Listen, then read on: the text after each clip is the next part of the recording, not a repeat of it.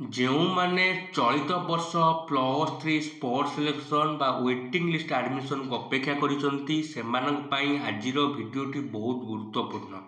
କାରଣ ମୁଁ ଏ ଭିଡ଼ିଓ ମାଧ୍ୟମରେ ଆଜି 5ଟି ଏପରି କଥା ଡିସ୍କସନ୍ କରିବି ଯାହାକି ଆପଣମାନଙ୍କର ସ୍ପଟ୍ ବା ୱେଟିଂ ଲିଷ୍ଟ ଆଡ଼ମିସନ୍ ପୂର୍ବରୁ ଜାଣିନେବା ଉଚିତ ହେବ। ଯଦି ଆପଣମାନେ ଏ ପଏଣ୍ଟ ଗୁଡ଼ିକ ବିଷୟରେ ଜାଣୁନାହାନ୍ତି ଆବେଦନ ସମୟରେ ଆପଣମାନେ ମିଷ୍ଟେକ୍ କରିପାରନ୍ତି, ଯାହାଦ୍ୱାରା ଆପଣମାନଙ୍କୁ ସ୍ପୋର୍ଟସ୍ ସିଲେକ୍ସନ୍ ବା ୱେଟିଂ ଲିଷ୍ଟ ଆଡ଼ମିସନ୍ରେ ଆପଣମାନଙ୍କୁ ସିଟ୍ ନ ମିଳିପାରେ।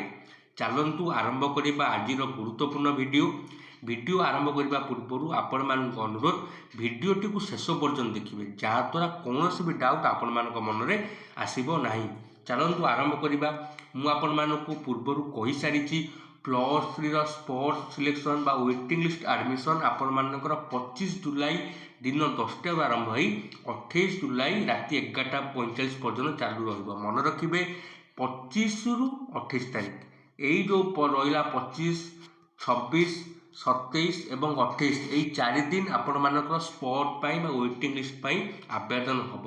ଆପଣମାନଙ୍କୁ ମଧ୍ୟ ଆଗରୁ କହିସାରିଛି ଅନଲାଇନ୍ ମାଧ୍ୟମରେ ଆବେଦନ ହେବ। ସାମ୍ସ ଓଡ଼ିଶା ଅଫିସିଆଲ ୱେବସାଇଟ୍ ଯେଉଁଥିରେ ଆପଣମାନେ +3 ଆପ୍ଲାଏ କରିଥିଲେ ସେହି ସାଇଟ୍ରେ ଆପଣମାନଙ୍କ ଷ୍ଟୁଡେଣ୍ଟ ଲଗ୍ଇନ୍ ଯେଉଁ ଫୋନ୍ ନମ୍ବର ଏବଂ ପାସୱାର୍ଡ଼ ଦେଇ ଆପଣମାନେ ଲଗ୍ଇନ୍ କରିବେ ଏବଂ ଲଗ୍ଇନ୍ କରିସାରିଲା ପରେ ଆପଣଙ୍କ ଅପର ଚଏସ୍ ଯେଉଁ ଚଏସ୍ ଆପଣମାନଙ୍କ ସିଲେକ୍ସନ୍ ହୋଇସାରିଥିଲା ପୂର୍ବରୁ ତାର ଉପର ଅପସନରେ ଯେଉଁ କଲେଜ ଗୁଡ଼ାକ ଥିଲା ସେହି କଲେଜ ପାଇଁ ଆପଣମାନେ ସ୍ପଟ୍ରେ ଆବେଦନ କରିପାରିବେ।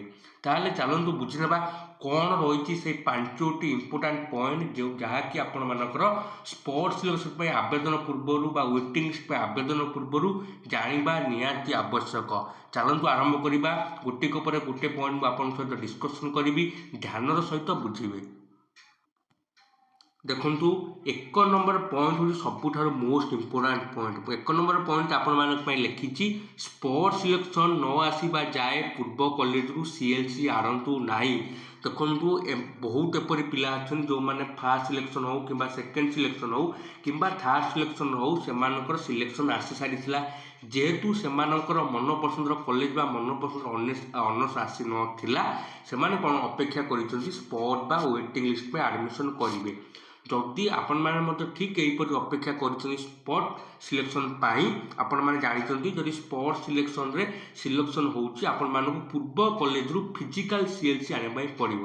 ତେଣୁ ଆପଣମାନଙ୍କୁ କହିଦେଉଛି ଯେପର୍ଯ୍ୟନ୍ତ ଆପଣମାନଙ୍କର ସିଲେକ୍ସନ୍ ଆସିନାହିଁ ଆପଣମାନେ ପୂର୍ବ କଲେଜରୁ CLC ଆଣନ୍ତୁ ନାହିଁ। ସପୋଜ୍ ଆପଣମାନଙ୍କର ଅଲରେଡ଼ି ଆଡ଼ମିସନ୍ ନେଇଛନ୍ତି, ଆପଣ CLC ନେଇ ଆସିଲେ, ମୁଁ ଯାହା କହୁଛି ଧ୍ୟାନର ସହିତ ବୁଝନ୍ତୁ। ଆପଣ ସ୍ପଟ୍ ପାଇଁ ଆବେଦନ କରିବା ପୂର୍ବରୁ ଯାଇକି ଯେଉଁଠି ଆଡ଼ମିସନ୍ କରିଥିଲେ ସେଠୁ CLC ନେଇ ଆସିବେ। ଯଦି ଆପଣମାନଙ୍କ ସ୍ପଟ୍ରେ ସିଲେକ୍ସନ୍ ନ ଆସେ ଆପଣ ସେଠି କ'ଣ କରିବେ ଥରେ ଭାବନ୍ତୁ। ଆପଣଙ୍କ ପୂର୍ବ କଲେଜରୁ CLC ନେଇ ଆସିଥିବେ, ଆଉ ଚାହିଁଲେ ମଧ୍ୟ ପୂର୍ବ କଲେଜରୁ ଆପଣ ପାଠ ପଢ଼ିପାରିବେ ନାହିଁ। ଏପଟରେ ଆପଣମାନଙ୍କ ସ୍ପଟ୍ରେ ମଧ୍ୟ ସିଲେକ୍ସନ୍ ଆସିଲା ନାହିଁ, ତେଣୁ ଆପଣ ଚାହିଁଲେ ବି କେଉଁ କଲେଜରେ ବି ଆପଣ ପଢ଼ିପାରିବେ ନାହିଁ। ସେଠି ଆପଣମାନଙ୍କର ଗ୍ୟାପ୍ ହେଇଯିବ ଗୋଟେ ବର୍ଷ ବା ଆପଣ ଚାହିଁଲେ କେଉଁ କଲେଜରେ ବି ଆଡ଼ମିସନ୍ ନେଇପାରିବେ ନାହିଁ। ଅପେକ୍ଷା କରିବେ ସ୍ପଟ୍ ସିଲେକ୍ସନ୍ ଯଦି କେଉଁ କଲେଜରୁ ସିଲେକ୍ସନ୍ ଆସୁଛି ଦେନ୍ ଯାଇକି ଆପଣ ପୂର୍ବ କଲେଜରୁ ଫିଜିକାଲ୍ CLC ଆଣିବେ, ବା ଯେପର୍ଯ୍ୟନ୍ତ ଆପଣମାନଙ୍କ ସିଲେକ୍ସନ୍ ଆସିନାହିଁ ସେ ପର୍ଯ୍ୟନ୍ତ ପୂର୍ବ କଲେଜରୁ ଭବିଷ୍ୟତ କଥା ଭାବିକି CLC ଆଣିବେ ନାହିଁ। ଅପେକ୍ଷା କରିବେ ଯେପର୍ଯ୍ୟନ୍ତ ଆପଣମାନଙ୍କ ସିଲେକ୍ସନ୍ ଆସିନି ସେ ପର୍ଯ୍ୟନ୍ତ ଆପଣ CLC ଆଣିବେ ନାହିଁ। ଆଶା କରେ 1 ନମ୍ବର ପଏଣ୍ଟ ଆପଣମାନେ ବୁଝିପାରିଥିବେ। ଏବେ ଯିବା 2 ନମ୍ବର ପଏଣ୍ଟ, ଏଇଟା ବହୁତ ଗୋଟେ ଇମ୍ପୋର୍ଟାଣ୍ଟ ପଏଣ୍ଟ। ଯେହେତୁ ଆଡ଼ମିସନ୍ ଅନଲାଇନ୍ ମାଧ୍ୟମରେ ହେବ କୌଣସି କଲେଜକୁ ଯିବାକୁ ଆବଶ୍ୟକ ନାହିଁ। ମୁଁ ଆପଣମାନଙ୍କୁ କହିଥିଲି ସ୍ପଟ୍ ସିଲେକ୍ସନ୍ ବା ୱେଟିଂ ଲିଷ୍ଟ ଆଡ଼ମିସନ୍ ଆପଣମାନଙ୍କର ଅନଲାଇନ୍ ମାଧ୍ୟମରେ ହେବ ବା ସାମ୍ସ ଓଡ଼ିଶା ମାଧ୍ୟମରେ ହେବ। ତେଣୁ ଆପଣମାନଙ୍କୁ କୌଣସି କଲେଜକୁ ବି ଯିବାକୁ ପଡ଼ିବ ନାହିଁ ବା କୌଣସି କଲେଜକୁ ଯାଇକି କୌଣସି ଆପ୍ଲିକେସନ୍ ଫର୍ମ ମଧ୍ୟ ସବମିଟ୍ କରିବା ପାଇଁ ପଡ଼ିବ ନାହିଁ। ତେଣୁ ଏ ମିଷ୍ଟେକ୍ କରିବେ ନାହିଁ, କୌଣସି କଲେଜକୁ ଯିବାର କୌଣସି ଆବଶ୍ୟକତା ନାହିଁ। ମୁଁ ଆପଣଙ୍କୁ କ୍ଲିଅରଲି କହିଦେଉଛି ଅନଲାଇନ୍ ହିଁ ହେବ। ଆପଣ ନିଜେ ଘରେ ବସି ନିଜ ଫୋନ୍ ମାଧ୍ୟମରେ 5 ମିନିଟ୍ ଲାଗିବ ସ୍ପଟ୍ ଆପ୍ଲାଏ କରିବା ପାଇଁ। କେବଳ ଚେକ୍ ବକ୍ସକୁ ଟିକ୍ କରିସାରିଲା ପରେ OTP ଦେଇ ସବମିଟ୍ କରିବେ, ତ ଆପଣମାନଙ୍କୁ କୌଣସି କଲେଜକୁ ଯିବାକୁ ପଡ଼ିବ ନାହିଁ, ଆପଣ କୌଣସି କଲେଜକୁ ଯିବେ ନାହିଁ। ଆଉ ଗୋଟେ କଥା ଇମ୍ପୋର୍ଟାଣ୍ଟ କଥା ଯଦିଓ ନୁହେଁ ତ ମୁଁ ଆପଣମାନଙ୍କୁ କହିଦେଉଛି PDF ମାର୍କେଟ ୟୁଟ୍ୟୁବ୍ ଚ୍ୟାନେଲର ଆମ ଟେଲିଗ୍ରାମ ଚ୍ୟାନେଲ ମଧ୍ୟ ଅଛି। डिस्क्रिप्शन बॉक्स में मुझे लिंक देदेवि आपण मैंने चाहिए से जॉइन हो पारे मुझे सबू एजुकेशनल इनफॉरमेशन दूसरी ता सहित आपण मानक डाउट क्लियर करने मु लाइव आसूची आपण मैंने चाहिए से लाइव रे जॉइन हो मत प्रश्न पचारे मुझे इंस्टांट आपन को सॉल्यूशन दे पारिबी। एबे जीवा 3 नंबर पॉइंट को एडमिशन पाई कौनसी व्यक्ति को टंका किंबा कागज पत्र दिंतु नहीं आपण मानू कही चलित वर्ष ऑफलाइन एडमिशन हेबो नहीं ऑनलाइन माध्यम हम देखो यही समय बहुत दलाल मारती जो मैंने कि आपण मानू सीट मिल जाव कही आपण मानू सीट देदेवे कही आपण मानू टंका से मागती कि कौन दरकारी कागज पत्र जपरी आपण मानकर +2 ओरिजिनल मार्कशीट कि सर्टिफिकेट 10 सर्टिफिकेट CLC सब मागी पारती तेणु आपण मैंने कौन अजणा व्यक्ति को हो कि क्या आपण निजर कौन टंका कि कौन सर्टिफिकेट देवे नहीं ध्यान रखिए क्या भी नुहे जेहेतु ऑनलाइन माध्यम मेरिट लिस्ट अनुसार आपण सिलेक्शन हम आपन कौन भी लोक हूँ कि कौन कॉलेज कर्मचारी हूँ क्या भी टंका हो कि कागज पत्र देवे नहीं बुझीपारे।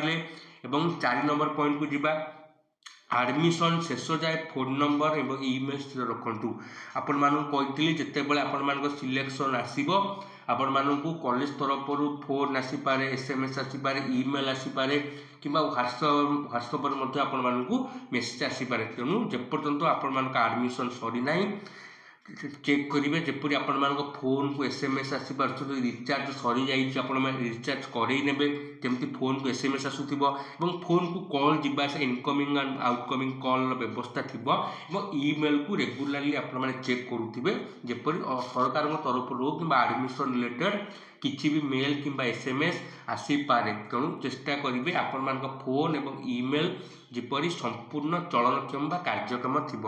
एवं लास्ट आ गोटे इम्पोर्टाट पॉइंट आपण मानक जो मैंने स्पॉट रे अप्लाई करेंगे ध्यान देवे कॉलेज नोटिस बोर्ड और ऑफिशियल वेबसाइट को सिलेक्शन चेक करेंगे मुझे कहली जदि आपण मैंने स्पॉट सिलेक्शन होती संपृक्त कॉलेज आपण मानक SMS हो व्हाट्सएप SMS हो ईमेल हो कि कॉल माध्यम हो जनाई दि ता सहित ऑफिशियल भाव आपण मैंने कॉलेज नोटिस बोर्ड रे सिलेक्शन लिस्ट मराई नोटिस बोर्ड आप देखिपारे कि कॉलेज वेबसाइट कौ मैंने सिलेक्ट होती से नोटिस आपण मानक मिल मुझे पॉइंट देवार उद्देश्य हो एमती भी हो पारे कौन कारणवशतः नेटवर्क इश्यू हो कि कौन कारणवशतः आपण तो कॉल न रिसीव कर SMS न देखी पारती आप न देखी पारे जब आप सिलेक्शन होते आपण मैंने एडमिशन करेंगे ना आप सिलेक्शन होती खबर पाइपर ना तेणु बेटर हम सब कॉलेज नोटिस बोर्ड को देखिए जदि अच्छा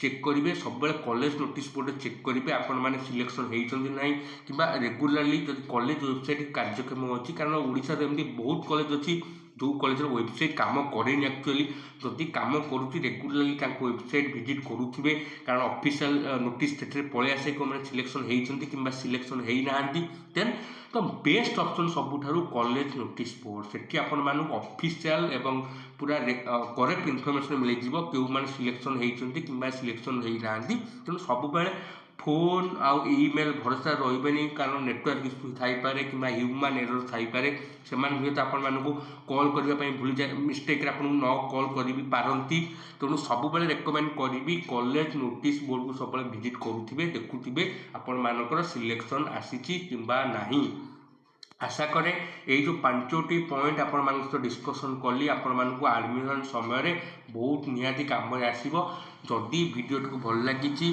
ताहले चैनल को सब्सक्राइब कर दियंतु। धन्यवाद।